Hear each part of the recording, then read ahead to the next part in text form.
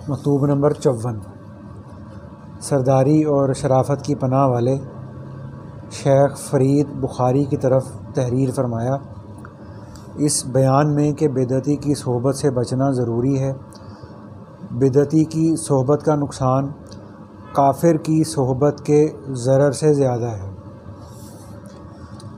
اور تمام بدعتی فرقوں میں سے بدترین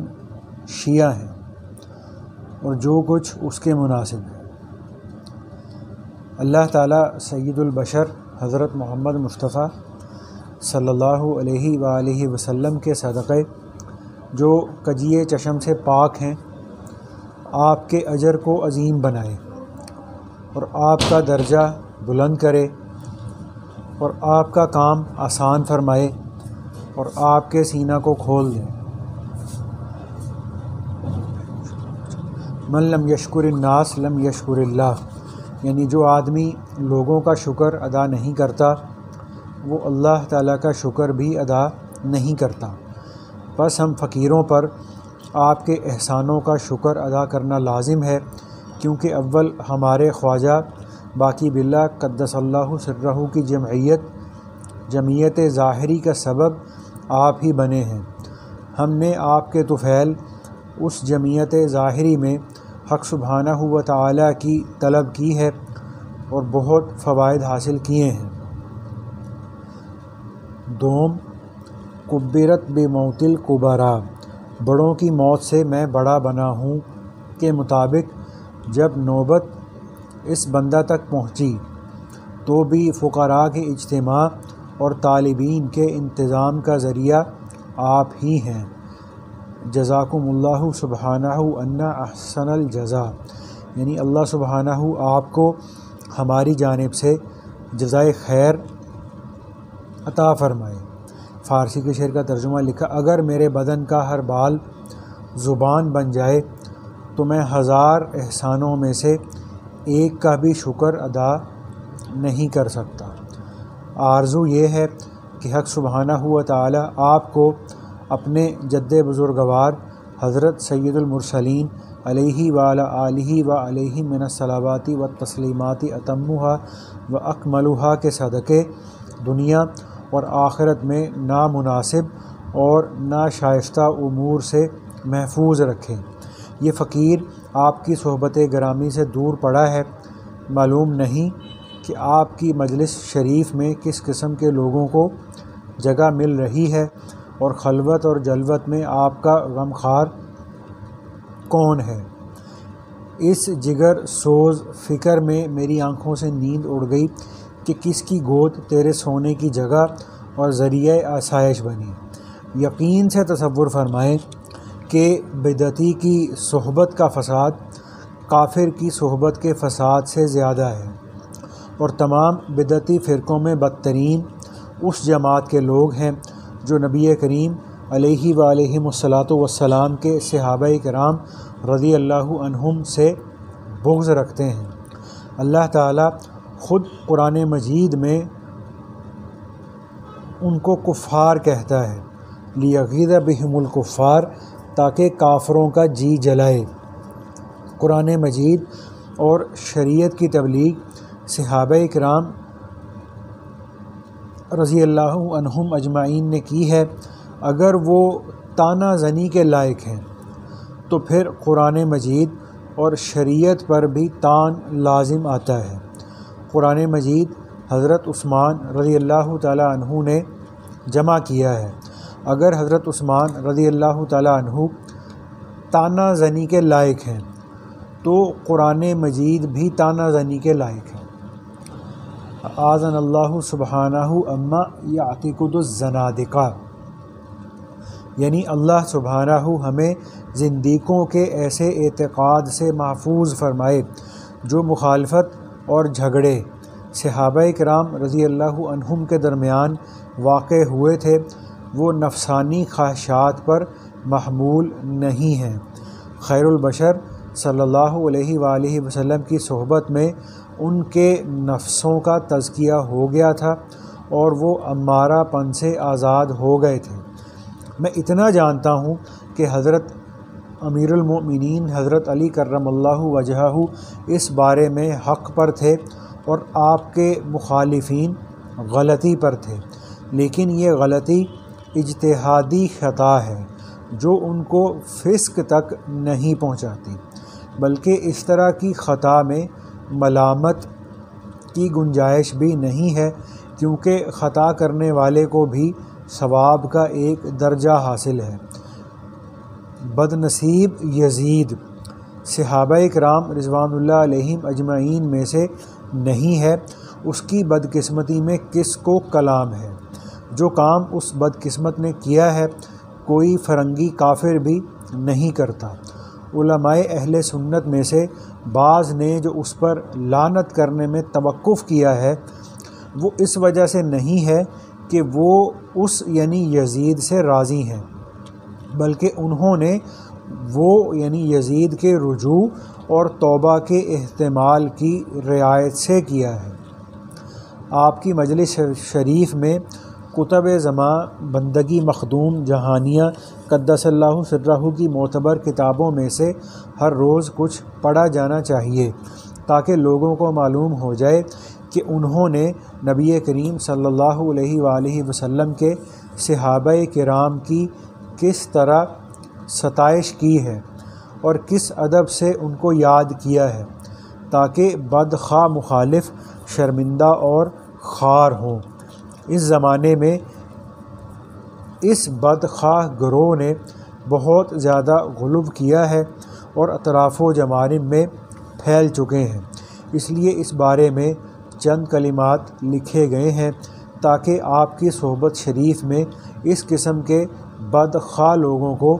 جگہ نہ ملے۔ یعنی اللہ تعالیٰ آپ کو پسندیدہ طریقہ پر ثابت قدم رکھے۔ بس بھی اللہ تعالیٰ ہمیں جو ہم نے پڑھا ہے سنا ہے نا اس پہ عمل کی توفیق عطا کرے۔ اصل میں مجدد صاحب رحمۃ اللہ علیہ نے یہ جو خط لکھا تھا یہ لکھا تھا شیخ فرید بخاری صاحب کو۔ تو یہ جو شیخ فرید بخاری تھے یہ اس وقت میں جو بادشاہ تھا شاید اکبر تھا یا جہانگیر تھا، تو یہ شیخ فرید بخاری صاحب اکبر کی فوج میں، جیسے ہمارے آج کل کے اعتبار سے فوج میں جنرل ہوتا ہے نا، اس درجے کے آدمی تھے، فوجی تھے۔ تو ان کو انہوں نے یہ خط لکھا تھا اور خط میں جو انہوں نے بات فرمائی ہے وہ بھی ہم نے پڑھ بھی لی ہے، سن بھی لی ہے۔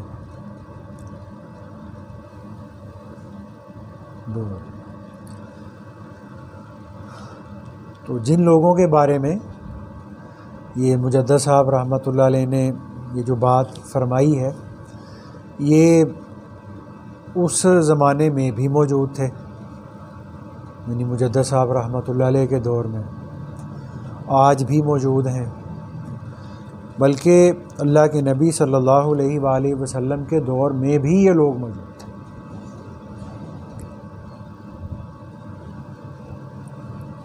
تو جیسے جو وقت کا مجدد ہوتا ہے تو اللہ تعالیٰ اس سے پھر دین کے جس بھی شعبوں میں جس اعتبار سے کمی آئی ہوتی ہے تو اللہ تعالیٰ اس مجدد سے پھر اس شعبے کی بہتری کا کام بھی لیتے ہیں۔ تو جب مجدد صاحب رحمۃ اللہ علیہ کا دور تھا تو اس دور میں بھی وہ لوگ جو صحابہ کرام کے بارے میں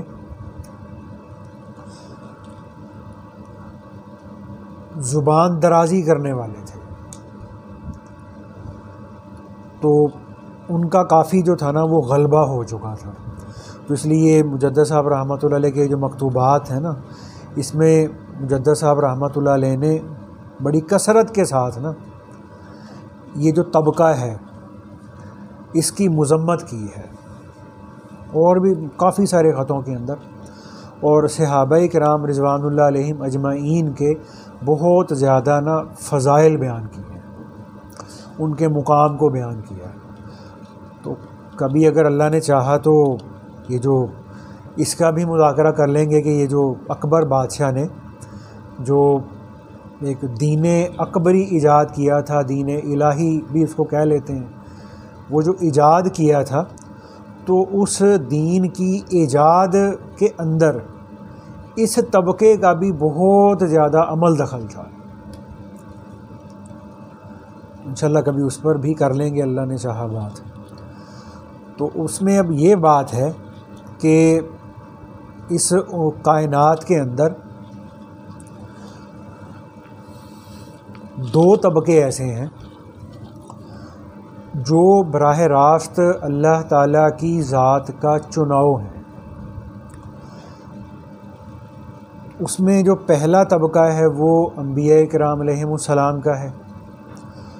اور دوسرا جو طبقہ ہے وہ صحابہ کرام رضوان اللہ علیہم اجمعین کا ہے۔ جیسے دنیا کے اندر کوئی آدمی کتنی ہی عبادت کر لے، کتنا ایڑی چوٹی کا زور لگا لے،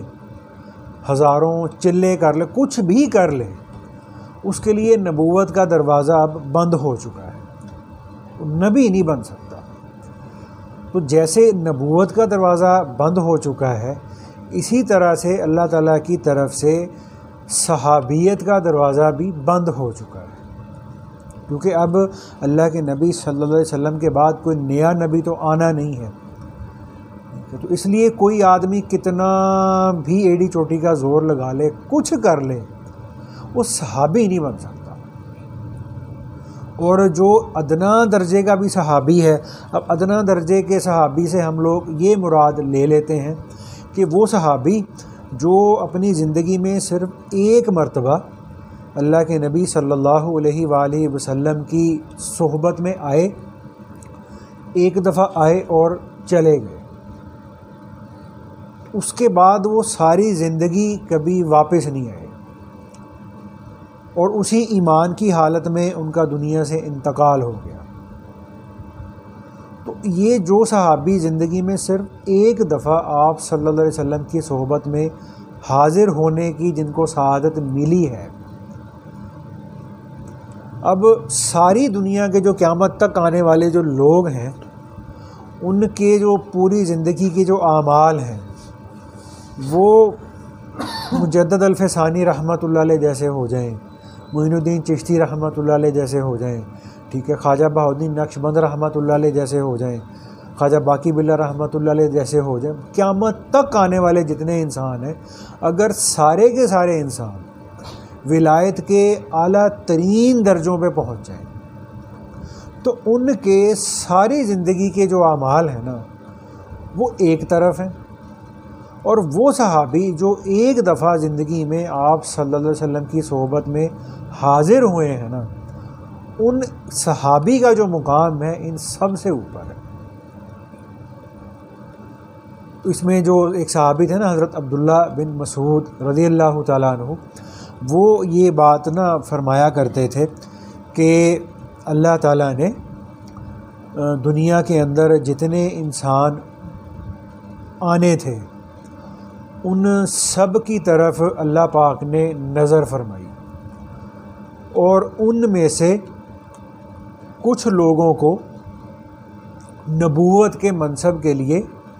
منتخب فرما لیا۔ تو جب کچھ لوگوں کو نبوت کے منصب کے لیے منتخب فرما لیا تو اس کے بعد اللہ تعالیٰ نے اپنے بندوں کی طرف دوبارہ نظر کی۔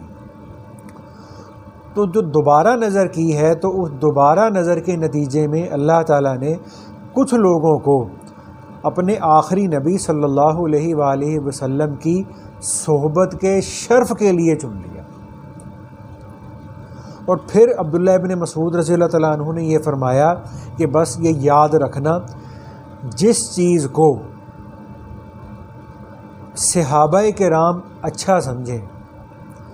وہ اللہ کی بارگاہ میں بھی اچھی ہے، اور جس بات کو صحابہ کرام برا سمجھیں وہ بات اللہ کی بارگاہ کے اندر بھی بری ہے۔ تو یہ جو دو طبقے تھے، نبوت کا بھی اور صحابیت کا بھی، تو یہ دونوں اللہ کا چناؤ ہے۔ اب ہمارے ہاں یہ ہوا ہے کہ جیسے جب کچھ یہ جو انگریزی تعلیم ہمارے ہاں آئی، انگریزوں کے رسم و رواج، ان کا نظام زندگی جب ہمارے تک پہنچا تو جہاں ان کی بہت ساری اچھی چیزیں ہم تک آ گئیں، تو وہاں پر ان کی جو ہے نا ایک عادت جو ہے ریسرچ اور تنقید کی، وہ بھی اس امت کے اندر، ہمارے مسلمانوں کے اندر وہ داخل ہو کہ بس جس کو تھوڑا سا علم آ گیا، جس کا تھوڑا سا مطالعہ وسیع ہو گیا، تو وہ جو اس امت کے اندر جو صحابہ کرام گزرے ہیں، انبیاء کرام گزرے ہیں، ٹھیک ہے، تو وہ اپنی زبان کو، اپنے قلم کو ان حضرات کے لیے تختہ مشق بنانا شروع کر دیتا ہے۔ تو اب اس میں یہ ہے کہ جی یہ کہہ لیتے ہیں کہ جی دیکھیں جی ان سے تو یہ بھی ہوا، اور صحابہ سے یہ بھی ہوا، اور ان سے تو یہ بھی ہوا، ٹھیک ہے۔ تو اب اس میں یہ ایک بات جو ہے نا وہ یاد رکھنے کی یہ ہے کہ ایک باپ کے دو بیٹے تھے، وہ دونوں آپس میں کسی وجہ سے نا لڑائی یا جھگڑا کر بیٹھے، اور بات بہت آگے تک چلی گئی۔ تو بعد میں ایسا کرنا ہوا کہ جو دونوں بیٹے تھے ان کو اپنی غلطی کا احساس ہو گیا، اور ان دونوں نے اپنے ماں باپ سے معافی مانگ لی، اور ماں باپ نے ان دونوں بیٹوں کو کھلے دل سے معاف کر دیا، اور کھلے دل سے معاف کرنے کے بعد ان کو بہت سارا انعام و اکرام بھی دیا۔ اب یہ دونوں بیٹے آپس میں صلح کر چکے ہیں، ماں باپ ان کو معاف کر چکے ہیں۔ اب یہ جو ہے نا محلے والے، وہ جو دو بیٹے آپس میں جو لڑ پڑے تھے نا، اب وہ ان کی لڑائیوں کو آپس کی مجلسوں میں، آپس کی بیٹھکوں میں، تھڑے پہ بیٹھ کر، بیٹھک میں بیٹھ کر چائے پیتے ہوئے، وہ جو دونوں بیٹوں کے اندر آپس میں جو تھوڑی بہت کو کھٹ پٹ ہو گئی تھی نا، تو اپنی مجلسوں میں اس کھٹ پٹ کے تذکرے کرتے رہتے ہیں۔ تو بھئی آپ کے ان تذکرے کرنے سے، ٹھیک ہے، نہ تو ان دونوں بھائیوں کا کچھ بگڑا ہے، ان دونوں بھائیوں کا کوئی نقصان نہیں ہوا، ان کے ماں باپ کا کوئی نقصان نہیں ہوا، جب ان کا باپ ان کو معاف کر چکا ہے، اور ان کے معاف کرنے کو وہ نا اپنے علاقے کے چوک میں بیٹھ کر معافی کا اعلان کر چکا ہے، تو تمہارے جو ہے نا وہ جو پیٹ میں تکلیف ہو رہی ہے، انہوں نے یہ کیا تھا، ان دو بھائیوں نے یہ کیا تھا، تو دیکھو نا انہوں نے جو یہ کیا تھا اس سے تو یہ مطلب نہیں، بھئی تم کرتے رہو جو کرنا ہے، تمہارے نتیجے نکالنے سے، تمہارے جو ہے نا وہ کسی رزلٹ پہ پہنچنے سے، تمہاری تنقید سے، تمہاری تحقیق سے ان بھائیوں کا یا ان بیٹوں کا کچھ نہیں بگڑنے لگا۔ تو اسی طرح سے یہ جو مجدد صاحب رحمۃ اللہ نے یہ لکھا تھا نا کہ جو مخالفت اور جھگڑے صحابہ کرام رضی اللہ عنہم کے درمیان واقع ہوئے تھے، ٹھیک ہے، تو اس میں نا ان کی اپنی کوئی ذاتی لڑائی نہیں تھی، وہ کوئی اپنی حکومت حاصل کرنے کے لیے نہیں لڑ رہے تھے، وہ اقتدار حاصل کرنے کے لیے نہیں لڑ رہے تھے، کہ اللہ کے نبی صلی اللہ علیہ وسلم کی صحبت کی برکت سے ان کے اندر سے یہ ہر چیز جو اس طرح کی اللہ سے دور کرنے والی ہوتی ہے وہ ختم ہو چکی تھی۔ اور پھر اللہ تعالیٰ قرآن پاک کے اندر صحابہ کرام کے بارے میں یہ فرما رہے ہیں کہ اولئک ھم الراشدون، یہ لوگ ہدایت والے ہیں، اور ایک جگہ پہ اللہ پاک ان صحابہ کرام کے بارے میں فرما رہے ہیں اولئک ھم المفلحون، یہ لوگ فلاح پانے والے ہیں، ٹھیک ہے، اور ایک جگہ پہ اللہ پاک ان کے بارے میں فرما رہے ہیں اولئک حزب اللہ، کہ یہ لوگ اللہ کی فوج ہیں، ٹھیک ہے، اور ایک موقع پہ اللہ پاک صحابہ کرام کے بارے میں قرآن پاک کے اندر فرما رہے ہیں اولئک ھم المؤمنون حقا، یہ پکے سچے مومن ہیں، اور ایک جگہ پہ جو سب سے آخری جو ہے نا وہ سپرلیٹو ڈگری اللہ پاک نے ان کے لیے یہ فرما دی رضی اللہ عنہم ورضوا عنہ، اللہ ان سے راضی ہو گیا اور وہ اللہ سے راضی ہو گئے۔ اب جس اللہ کو انہوں نے جواب دینا ہے، جس اللہ کی طرف انہوں نے لوٹ کے جانا ہے، جس اللہ کے سامنے قیامت کے دن ان صحابہ کرام نے کھڑے ہونا ہے، وہ اللہ کی ذات تو قرآن پاک کے اندر جگہ جگہ پہ ان سے راضی ہونے کی، ان کے ایماندار ہونے کی، ان کے کامیاب ہونے کی، ان کے ایمان کے سب سے اعلیٰ ترین درجے پہ ہونے کی گواہی دے رہی ہے۔ اور کچھ لوگوں کے پیٹ میں درد ہو رہا ہے اور وہ بیٹھ کر ان کے تذکرے کر رہے ہیں۔ تمہارے تذکروں کی کوئی حیثیت نہیں ہے، ٹھیک ہے؟ جس ذات کو صحابہ کرام جواب دے ہیں وہ ذات ان سے راضی ہونے کا اعلان کر چکی ہے۔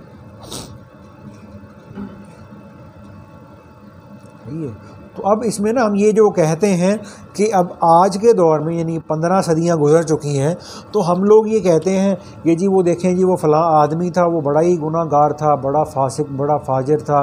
اور بہت زیادہ اس کے اندر گناہ تھے، تو وہ فلاں کسی بزرگ سے جا کے بیعت ہو گیا، ٹھیک ہے، تو وہ اللہ والوں کے ہاتھ میں اس نے ہاتھ دیا، تو اتنی اللہ والوں کے ہاتھ میں ہاتھ دینے سے جو ہے نا اس کی زندگی میں برکت آئی، اس نے توبہ کر لی، وہ متقی بن گیا، وہ اخلاص والا بن گیا، وہ بہت ہی اللہ کے تعلق میں آگے بڑھ گیا،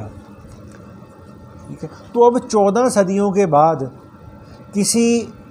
بزرگ کے ہاتھ میں ہاتھ دینے سے، کسی اللہ والے کے ہاتھ پر بیعت کرنے سے ایک انتہائی درجے کے فاسق فاجر کے اندر اتنی تبدیلی آ گئی کہ وہ اپنے وقت کا جو ہے نا وہ ولیوں کا سردار بن سکتا ہے۔ تو جن لوگوں نے، جن صحابہ کرام نے اللہ کے نبی صلی اللہ علیہ وآلہ وسلم کے ہاتھ میں ہاتھ دیا، ان کے پیچھے نمازیں پڑھیں، ان کے ساتھ جنگوں میں شریک ہوئے، ان کے ساتھ مسجد میں گھنٹوں کے اعتبار سے بیٹھے اور مختلف موقعوں پر اللہ کے نبی صلی اللہ علیہ وسلم کے ہاتھ میں ہاتھ دے کر بیعت بھی کی، تو جب 14 صدیاں بعد ایک آدمی کسی اللہ والے کے ہاتھ میں ہاتھ دے دے تو اللہ تعالیٰ اس کی نافرمانی سے، گناہوں سے اتنی زیادہ حفاظت فرما دیتے ہیں۔ تو جن لوگوں نے اللہ کے نبی صلی اللہ علیہ وسلم کے ہاتھ میں ہاتھ دیا ہوگا تو کیا اللہ ان کی حفاظت نہیں فرمائیں گے؟ اس میں اصولی بات یہ ہے۔ اور ایک اس میں دوسری جو اصول کی بات ہے وہ یہ ہوتی ہے کہ آج نا ہمارے معاشرے کے اندر نا ایک نا مرض ہے ذرا، جو وہ یہ ہے کہ ہم لوگ جہاں سے ہمیں غلطی لگتی ہے وہ یہ ہوتا ہے کہ ہم لوگ صحابہ کرام کے مقام کو تاریخ کی کتابوں کے مطالعے سے متعین کرنے کی کوشش کرتے ہیں۔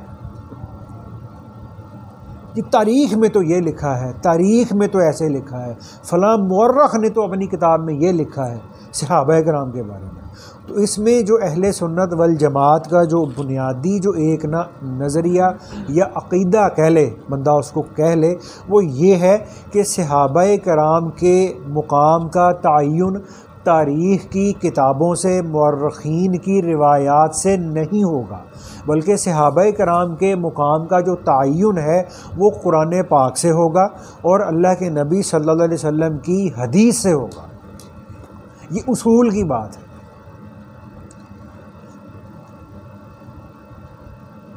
صحیح ہے نا بھائی؟ تو جو قرآن میں فرما دیا گیا، جو حدیث میں صحابہ کرام کے بارے میں فرما دیا گیا، ہمارے لیے وہ چیز اتھینٹک ہے، وہ چیز حجت ہے۔ بعد میں کیا ہوا، جو بعد کے جو مورخین، اس لیے تو کہا جاتا ہے کہ جو تاریخ فلاں نے لکھی، تاریخ فلاں نے لکھی، تو اس کے اندر کوئی فلٹر نہیں ہوتا کہ جس کو بنیاد بنا کر ہم یہ کہہ سکیں کہ یہ جتنی بھی تاریخ کی کتابوں کے اندر قصے یا روایات یا باتیں لکھی گئی ہیں یہ واقعی مستند ہیں بھی کہ نہیں۔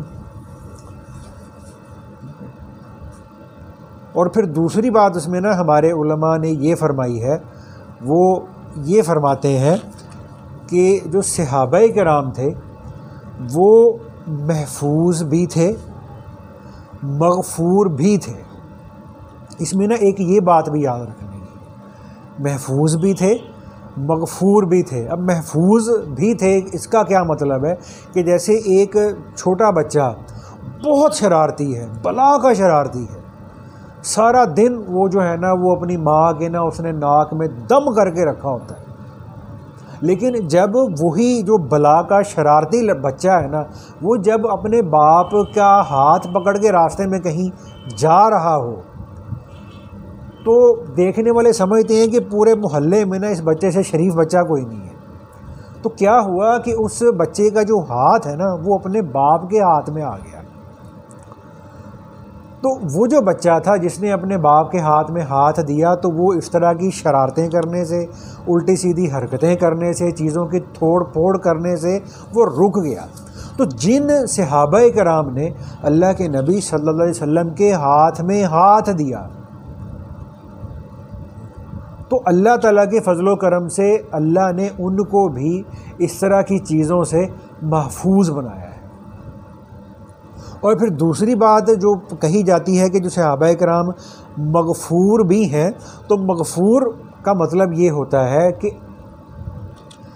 اللہ تعالیٰ نے ان کی مغفرت بھی کی ہوئی ہے۔ اب اس کا مطلب یہ ہے کہ ہم حدیث میں ہی کچھ ایسی باتیں پڑھ لیتے ہیں کہ کسی صحابی سے چوری ہو گئی، ایسا بھی آ جاتا ہے۔ جیسے ایک صحابی رضی اللہ تعالیٰ عنہ تھے، وہ حضرت علی رضی اللہ تعالیٰ عنہ کے پاس آ گئے اور کہنے لگے امیر المومنین مجھے سزا دیجئے، میں نے اونٹ چوری کیا ہے۔ یا ایک اور دو تین ایسی مطلب احادیث کے اندر آتا ہے کہ زنا ہو گیا، ایسا بھی ہوا ہے۔ اب کہتے ہیں یہ کیوں ہوا؟ اس کی وجہ بھی اللہ تعالیٰ کی طرف سے تکوینی طور پہ طے تھی۔ اس کی وجہ یہ تھی کہ اگر کچھ ایسی چیزیں، کچھ ایسے کام یا کچھ ایسی باتیں جو نبوت کے منصب کے لائق اور شایان شان نہیں تھیں، ان چیزوں کا نبی سے صادر ہونا وہ ناممکن تھا، تو اللہ تعالیٰ نے اپنی مشیت اور تکوینی نظام کے تحت ان امور کو اور ان افعال کو صحابہ کرام کے ہاتھ سے ظاہر کر دیا۔ کیوں ظاہر کر دیا؟ کہ اگر جیسے چوری کی سزا اسلام کے اندر ہے جی اس کا ہاتھ کاٹا جائے، تو اگر کسی نے اللہ کے نبی صلی اللہ علیہ وسلم کے زمانے میں چوری نہ کی ہوتی اور آپ صلی اللہ علیہ وسلم کے دنیا سے پردہ فرمانے کے بعد کوئی چوری کرتا تو اگر اس کا ہاتھ کاٹے جانے کی بات کی جاتی تو یہ بات لازمی ہوتی کہ جی اللہ کے نبی کے زمانے میں تو کسی نے ایسا کیا نہیں، اور اللہ کے نبی صلی اللہ علیہ وسلم کے زمانے میں تو کسی نے چور کا ہاتھ کاٹنے کی بات نہیں کی، تو اب تم کیوں چور کا ہاتھ کاٹنے کی بات کر رہے ہو؟ اسی طرح سے اگر اللہ کے نبی صلی اللہ علیہ وسلم کے دنیا سے پردہ فرمانے کے بعد اگر کسی سے زنا جیسے عمل کا صدور ہو جاتا اور اس کو کہا جاتا ہے کہ جی اس کو رجم کرو، اس کو پتھر مارو، اس کو سنسار کرو، تو لازمی طور پہ یہ سوال اٹھتا کہ جی اللہ کے نبی صلی اللہ علیہ وسلم کے زمانے میں تو کبھی ایسا کسی نے کیا نہیں، تو تم کیوں کر رہے ہو؟ اسی لیے کچھ ایسے جو کام تھے جو صحابہ کرام سے ظاہر ہوئے، ان کے ظہور کا جو منشا یا جو مقصد تھا وہ یہ تھا کہ اللہ کے نبی صلی اللہ علیہ وسلم کے زمانے سے ہی جو ہے نا وہ ہر چیز کے بارے میں اسلام کے احکامات دنیا کو، امت کو پتہ چل گئے۔ تو اللہ تعالیٰ نے ان کو محفوظ بھی رکھا اور ان کو مغفور بھی بنایا کہ اگر ان سے کوئی غلطی یا کوئی کمی بیشی ہوئی ہے تو اللہ تعالیٰ نے اس کمی بیشی کوتاہی غلطی کو معاف کر دیا ہے۔ اور اس سے یہ پتہ چلتا ہے کہ جیسے اللہ کے نبی صلی اللہ علیہ وسلم نے احادیث کے اندر یہ بات فرمائی کہ میرے صحابہ کو برا مت کہو، میرے صحابہ کو برا مت کہو، کہ جس نے میرے صحابہ کو برا کہا اس نے مجھے برا کہا، اور جس نے مجھے برا کہا اس نے اللہ کی ذات کو برا کہا۔ اور ایک روایت کے اندر آتا ہے جس کا مفہوم ہے آپ صلی اللہ علیہ وسلم نے یہ بات فرمائی جس کا مفہوم تھا کہ جو میرے صحابہ کرام کو برا کہتا ہے، میرے صحابہ کرام کو برا بھلا کہتا ہے، اس پر میری بھی لعنت ہے، اللہ کے فرشتوں کی بھی لعنت ہے، اللہ کی بھی لعنت ہے۔ اس کا مطلب یہ ہے کہ اس وقت میں بھی ایسے لوگ موجود تھے جو اللہ کے نبی صلی اللہ علیہ وسلم کے ہوتے ہوئے بھی صحابہ کرام کے بارے میں اپنی زبان کو طول دیا کرتے تھے، اپنی زبان کو دراز کر لیا کرتے تھے. ٹھیک ہے. تو ایسے ہی ایک عشرہ مبشرہ صحابہ میں سے نا ایک صحابی تھے، ان کا نام ہے حضرت سعید بن زید رضی اللہ تعالیٰ عنہ. تو جب بھی ہم حدیث میں یا علماء سے یا کتابوں کے اندر عشرہ مبشرہ صحابہ کے بارے میں سنتے ہیں یا پڑھتے ہیں نا، ان کا نمبر 10واں ہوتا ہے. ابو بکر جنتی، عمر جنتی، عثمان جنتی، علی جنتی، طلحہ جنتی، زبیر جنتی، ابو عبیدہ بن جراح جنتی، تو اس طرح کرتے عبد الرحمن بن عوف جنتی. تو 10ویں نمبر پہ ان کا نام لیا جاتا ہے سعید بن زید جنتی. تو سعید بن زید رضی اللہ تعالیٰ عنہ ایک دفعہ بیٹھے ہوئے تھے، تو کچھ لوگ ان کے پاس بیٹھے ہوئے تھے، تو انہوں نے ان لوگوں سے یہ کہا کہ مجھے یہ پتہ چلا ہے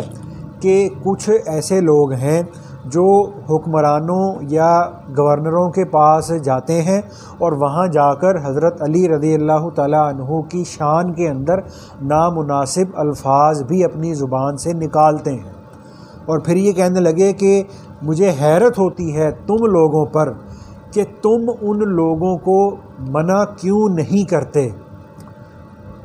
جو بادشاہوں کے پاس جا کر، حکمرانوں کے پاس جا کر حضرت علی رضی اللہ تعالیٰ عنہ کی شان کے اندر نامناسب باتیں کرتے ہیں. اور پھر انہوں نے حضرت سعید بن زید رضی اللہ تعالیٰ عنہ نے یہ بات کہی کہ میں نے اللہ کے نبی صلی اللہ علیہ وسلم سے یہ بات سنی تھی اور اپنی کانوں سے سنی تھی، اپنے کانوں سے سنی تھی کہ آپ صلی اللہ علیہ وسلم نے یہ فرمایا تھا کہ ابو بکر جنتی ہے، عمر جنتی ہے، عثمان جنتی ہے، علی جنتی ہے، طلحہ جنتی ہے، زبیر جنتی ہے، عبد الرحمن بن عوف جنتی ہے. اور پھر یہ جب 9 نام گنا دیے نا تو خاموش ہو گئے. تو اب جو اس مجلس میں کچھ ایسے لوگ بھی بیٹھے ہوئے تھے جنہوں نے وہ حدیث پہلے بھی سنی ہوئی تھی، جن کے اندر 10واں نام ان کا اپنا آتا تھا، تو یہ خاموش ہو گئے. تو کسی نے اس مجلس میں پوچھا کہ جی وہ 10واں کون ہے؟ تو پھر انہوں نے اپنا نام لے دیا کہ وہ میرے بارے میں بھی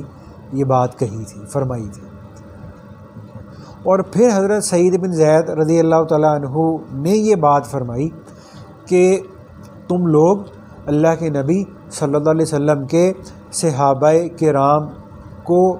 برا بھلا کہتے ہو، تو یہ بات یاد رکھنا کہ اللہ کے نبی صلی اللہ علیہ وسلم کے ادنا ترین صحابی کی زندگی کے کسی ایک عمل کا ایک لمحہ، ادنا صحابی کی زندگی کے کسی ایک عمل کا ایک لمحہ ساری دنیا کے ان انسانوں کے نیک اعمال سے بڑا ہوا ہے کہ جن ساری دنیا کے انسانوں کو نوح علیہ السلام تک کی عمر بھی دے دی جائے،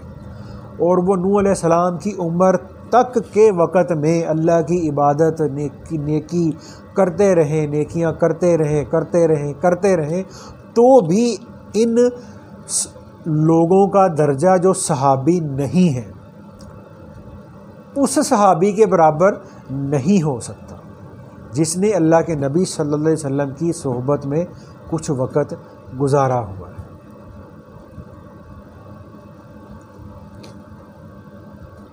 ٹھیک ہے. تو ایسے ہی ایک روایت کے اندر آتا ہے جس کا مفہوم ہے کہ اللہ کے نبی صلی اللہ علیہ وسلم نے یہ فرمایا کہ جس آدمی نے میرے صحابہ کی میری وجہ سے حفاظت اور عزت کی، کل قیامت کے دن میں ایسے آدمی کی حفاظت کروں گا. کتنی بڑی یہ خوش قسمتی ہے انسان، کتنی بڑی اس میں انسان کے لیے خوش خبری ہے. ٹھیک ہے نا بھائی. اس لیے جیسے ہم کہتے ہیں نا کہ جی ریسرچ کرنی ہے، ٹھیک ہے، تو قرآن کے اندر بھی اللہ تعالیٰ نے ہمیں ریسرچ سے منع نہیں کیا، جہاں پہ وہ اللہ کرے مجھے وہ یاد آ جائے وہ آیت جہاں پہ اللہ تعالیٰ نے سورہ فرقان کے اندر شاید عباد الرحمن کی کچھ جو ہے نا وہ صفتیں بیان کی ہیں کہ جو رحمان کے بندے ہوتے ہیں وہ جھک کے چلتے ہیں، نظروں کی حفاظت کرنے والے ہوتے ہیں، نمازوں میں خشوع رکھنے والے ہوتے ہیں۔ تو اس میں عباد الرحمن کی یعنی اللہ کے نیک بندوں کی اللہ تعالیٰ نے ایک صفت یہ بھی بیان فرمائی ہوئی ہے کہ ان کے سامنے، عباد الرحمن کے سامنے جب اللہ تعالیٰ کی نشانیاں بیان کی جاتی ہیں تو وہ ان پر غور و فکر ضرور کرتے ہیں۔ تو اس میں ہمارے جو علماء یہ فرماتے ہیں کہ یہ جو غور و فکر ہے نا، غور و فکر ہے یا یہ جو ریسرچ ہے یا تحقیق ہے، اس تحقیق یا ریسرچ کے بھی اسلام کے اندر کچھ اصول و ضوابط طے کیے گئے، اور اسلام کے اندر صرف وہی ریسرچ اور تحقیق وہ قابل قبول ہے کہ جس ریسرچ اور تحقیق سے امت میں اصلاح تو پھیلے، فتنہ و فساد نہ پھیلے۔ تو جس ریسرچ جس تحقیق سے ٹھیک ہے امت کے اندر فتنہ پھیلتا ہے، امت کے اندر فساد پھیلتا ہے، اور امت کے جو اس امت کے جو سب سے جو اولین جو طبقہ ہے ان کے بارے میں لوگوں کے دلوں کے اندر بد ظنی بدگمانی پیدا کرنے کی محنت کی جاتی ہے، تو ایسی تحقیق ایسی ریسرچ اللہ کے ہاں مردود ہے۔ جیسے مجدد صاحب رحمۃ اللہ نے یہ خط میں یہ بات لکھی تھی نا کہ جو قرآن پاک ہے اس کو حضرت عثمان غنی رضی اللہ تعالیٰ عنہ نے جمع کیا تھا، تو اگر عثمان غنی رضی اللہ تعالیٰ عنہ پر جو ہے وہ ایک آدمی اپنی زبان کو دراز کرنا شروع کر دے اور اپنے قلم کی جو ہے نا وہ جولانیاں وہ اپنے دکھانا شروع کر دے، تو پھر اگر وہ تو اگر عثمان غنی رضی اللہ تعالیٰ عنہ پر اگر اس نے جو ہے نا وہ اگر تنقید کر دی یا ان کے اندر کوئی اعتراض نکال لیا، تو پھر وہ جو اعتراض ہے وہ تنقید ہے، مجدد صاحب رحمۃ اللہ فرماتے ہیں پھر تو وہ قرآن پاک تک چلی جاتی ہے کہ آپ اس صحابی کے بارے میں جو ہے نا وہ اپنی زبان سے یہ باتیں کر رہے ہیں جنہوں نے قرآن پاک کو جمع کیا تھا۔ اور پھر ہمارے حضرات یہ فرماتے ہیں کہ یہ جو صحابہ کرام کی جو جماعت تھی یہ ایسی جماعت اللہ نے بنائی تھی کہ صحابہ کرام اس امت، قیامت تک آنے والی امت اور اللہ کے نبی صلی اللہ علیہ وآلہ وسلم کے بیچ میں واسطہ ہیں، اور یہ ایسا واسطہ ہے کہ صحابہ کرام کے واسطے کے ذریعے ہی ہمیں قرآن پہنچا ہے، اور صحابہ کرام کے واسطے سے ہی ہمیں حدیث پہنچی ہے، اور صحابہ کرام کے واسطے سے ہی ہمیں سنت پہنچی ہے۔